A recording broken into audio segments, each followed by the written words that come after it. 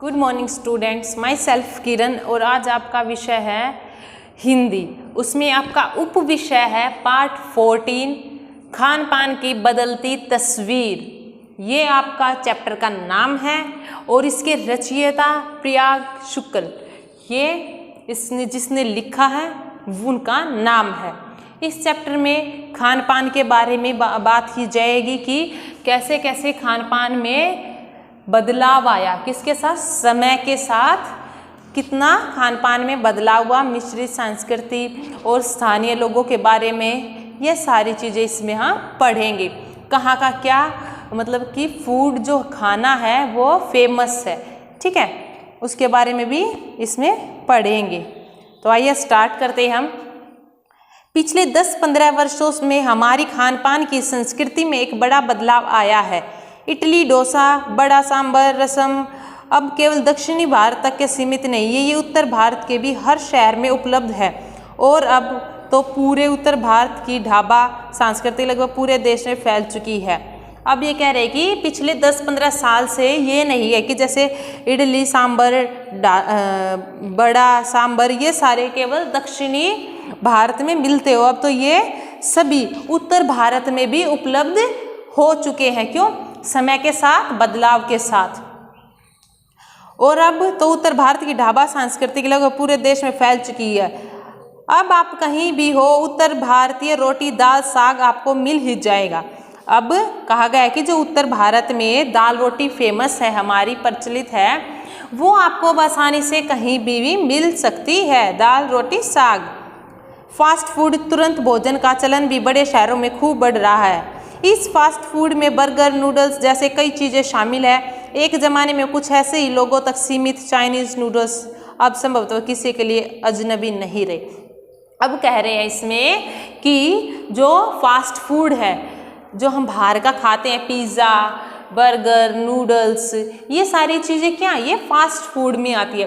तो ये कह रहे हैं ये सारी चीज़ें सिर्फ चाइनीज़ में, चीन में ही उपलब्ध थी, लेकिन अब ये ऐसा नहीं है, ये हर एक देश, कंट्री, सभी जगह उपलब्ध हो रही है। ये कुछ नया नहीं है कि हमारे यहाँ उपलब्ध हो रही है।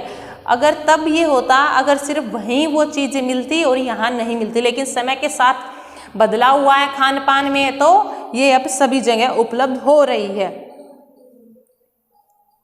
पैकेट बंद तो कम से कम बच्चे बूढ़े सभी परिचित हो चुके हैं।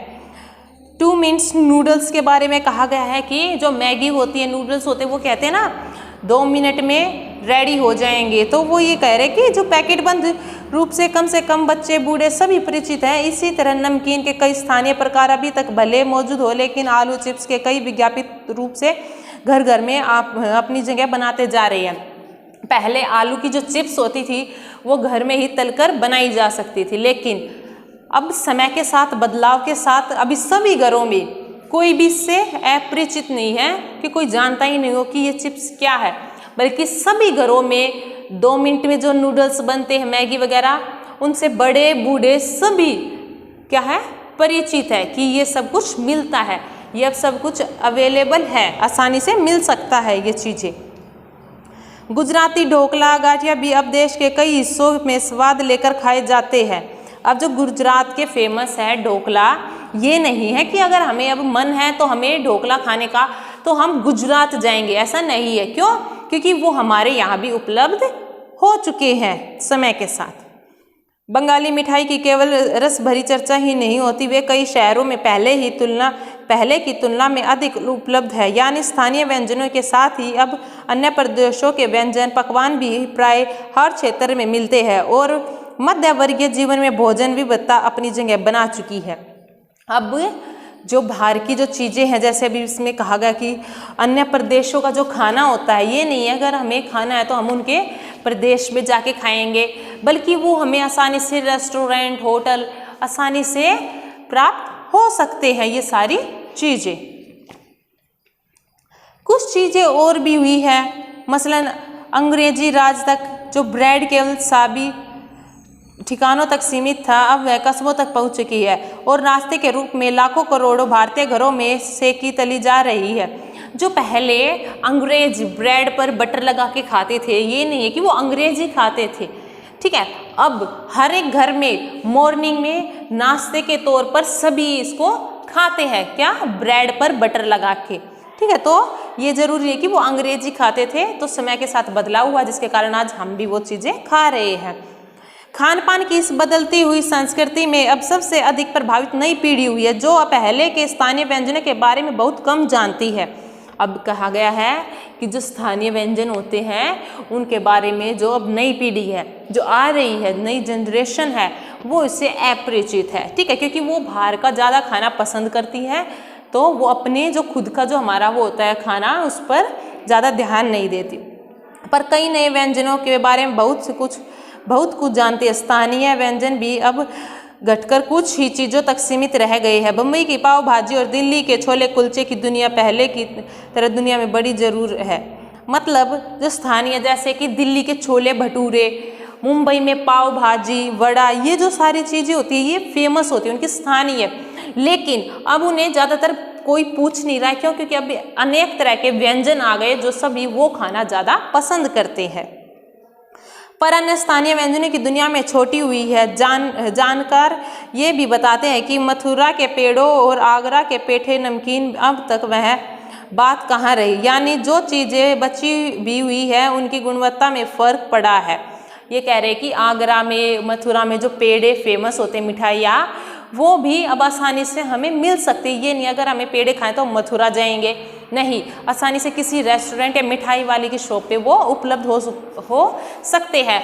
जो पहले उनमें टेस्ट होता था वो उनमें अब टेस्ट नहीं है, ये कहा गया है। अब फर्क आ गया उनकी गुणवत्ता में। फिर मौसम और ऋतुओं के अनुसार फलों, खाद्यान्नों से जो व्यंजन और पकवान बना करते थे उन्हें बनाने की फुर्सत भी अब कितने लोगों को रह गई है।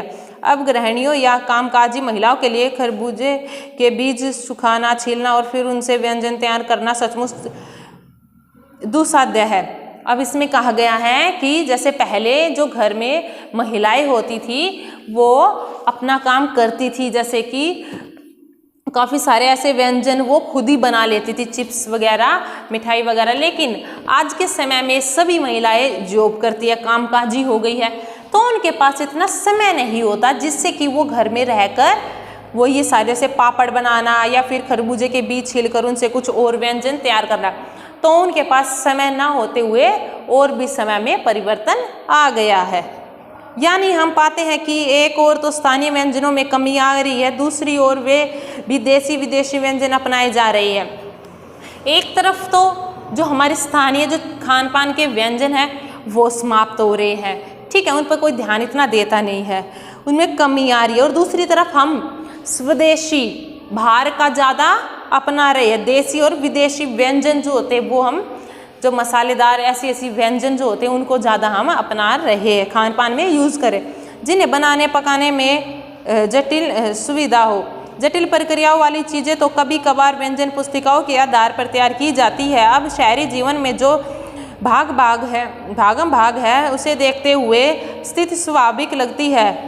फिर कमर तोड़ महंगाई ने भी लोगों की कई चीज़ों से धीरे धीरे वंचित किया है। जिन व्यंजनों में बिना मेवों के स्वाद नहीं आता था उन्हें बनाने पकाने बारे में भला कौन 4 बार ही सोचेगा। अब इसमें कहा गया है कि समय के साथ बदलाव तो आया ही है खान पान में, लेकिन महंगाई में भी कमर तोड़ दी है सबकी। क्यों? क्योंकि इतना सारा सामान महंगा हो गया है। अगर कोई हम व्यंजन बना रहे हैं, मिठाई वगैरह बना रहे हैं, तो उसमें मेवा वगैरह गिरता है, ठीक है। अगर हम मेवा लेने जाएंगे तो महंगा इतना है, तो इससे अच्छा सभी सोचते हैं कि हम खुद ना बनाकर बाहर से हम खरीद ले, ठीक है। तो वो सारी चीज़ें भी छूटती जा रही है।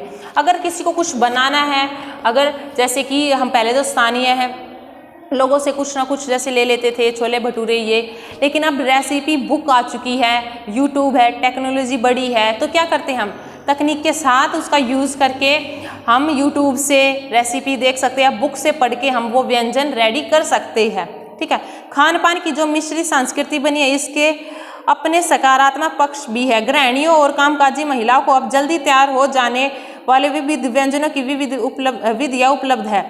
नई पीढ़ी को देश विदेश के व्यंजनों को जानने का सुभोग मिला है, भले ही किन्हीं कारणों से वे किन्हीं खास रूपों में, क्योंकि यह भी एक सच्चाई है कि विविध व्यंजन इन्हें निखालिस रूप से उपलब्ध नहीं है। अब ये कह रहे कि जो कामकाजी महिलाएं होती हैं, जो प्रतिदिन अपनी जॉब पे जाती हैं, बाहर काम करती हैं, उनके लिए आसान है। क्या?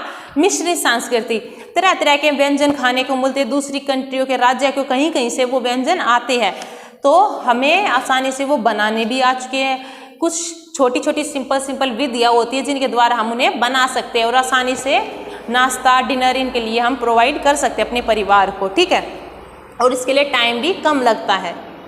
आज़ादी के बाद उद्योग धंधे, नौकरियों, तबादलों का जो नया एक विस्तृत हुआ है, उसके कारण भी खान पान की चीज़ों में कई एक प्रदेश से दूसरे प्रदेश में पहुँचे। बड़े शहरों के मध्यम वर्गीय स्कूलों में जब दोपहर के टिफिन के वक्त बच्चों के टिफिन डिब्बे खुलते हैं तो उनमें विभिन्न प्रदेशों के व्यंजन एक साथ खूब खुशबू उठती है। इसमें कहा गया है समय के साथ जैसे ट्रांसफ़र हो जाता है तबादला, तो उससे क्या होता है, जैसे आज मैं यहाँ रह रही हूँ इंडिया में, कल अगर मेरा ट्रांसफ़र हो जाता है तो मैं कल मुंबई रहूँगी, उसके बाद कहीं जाके रहूँगी, तो क्या है, आज मैं यहाँ के खान पान के जान रही हूँ, कल मुंबई के जानेंगे, तीसरे दिन मैं किसी और जगह के बारे में जानेंगे, तो क्या इससे हम आसानी से दूसरे देश के खान पान को भी आसानी से जान सकते हैं, ठीक है। और जो स्कूल होता है, स्कूल में तरह तरह के बच्चे आते हैं, सबके घर में अलग अलग व्यंजन पकाए जाते हैं। जब वो लंच का टाइम होता है, जब अपना लंच बॉक्स ओपन करते हैं टिफ़िन को, तो तरह तरह की उसमें से महक,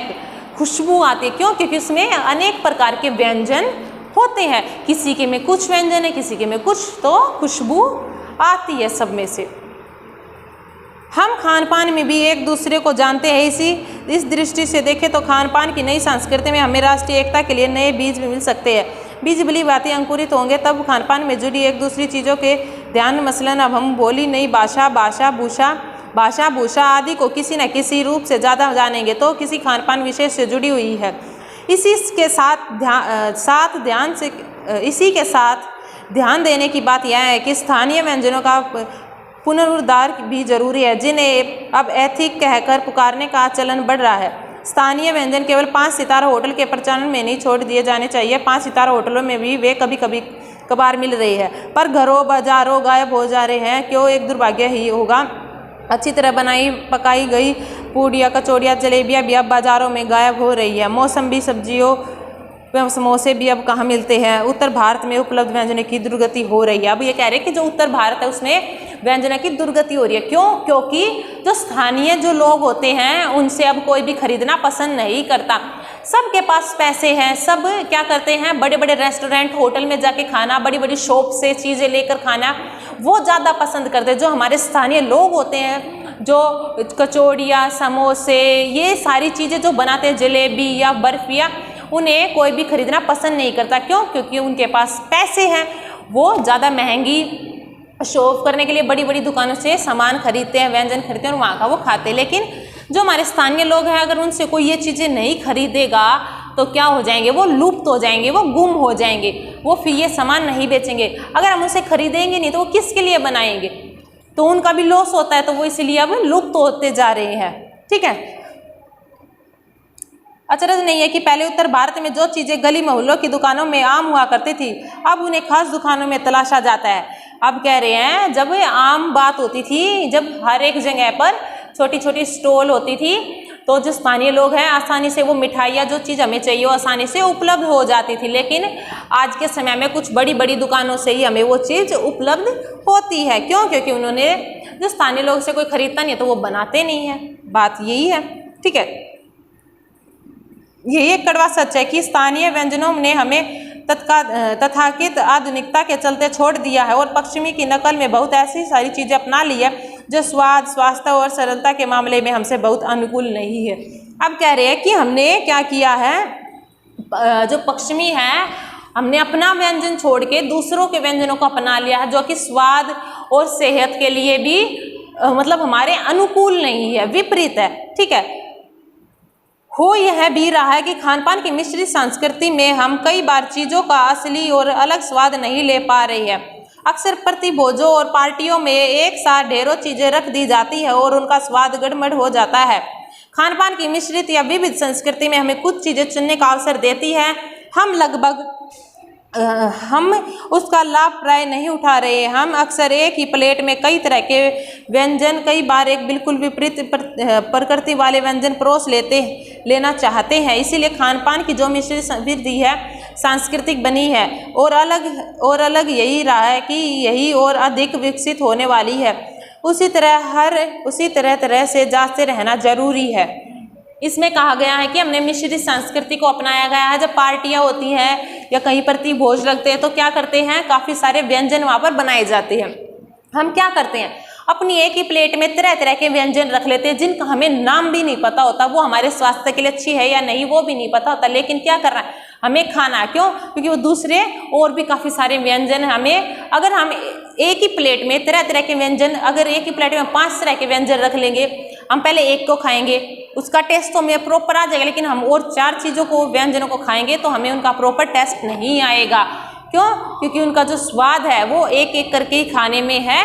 ये नहीं कि हमें इतने सारे व्यंजन मिले तो हमें सभी प्लेट में डालने जरूरी है।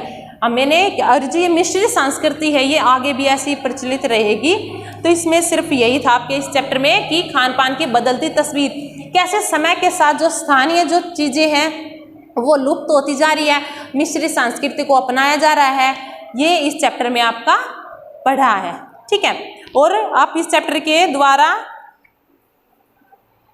आप जान सकते हो कि हमारे जो हम भोजन जो ग्रहण करते हैं हमारे लिए कौन सा अच्छा है, कौन सा अच्छा नहीं है।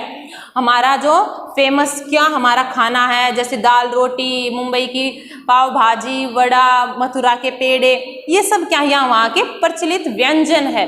तो हमें जो स्थानीय लोग हैं उनसे भी हमें खरीदनी चाहिए ताकि वो हमारे लिए और व्यंजन बना सके। अगर हम ऐसा नहीं करेंगे, बड़ी बड़ी शॉपों से ही ऐसे खरीदेंगे तो वो स्थानीय जो लोग हैं वो भी लुप्त हो जाएंगे, जैसे कि जो हमारी प्रचलित जो व्यंजन होते हैं वो भी लुप्त हो रहे हैं। ठीक है, इस चैप्टर में आपके यही था कि कैसे कैसे समाज में खान पान की कैसे तस्वीर बदली है, हमने कैसे कैसे दूसरी जगह के, दूसरे स्टेट के हमने कैसे कैसे व्यंजन हैं वो अपनाए हैं। ठीक है, इसमें यही था आपके चैप्टर में।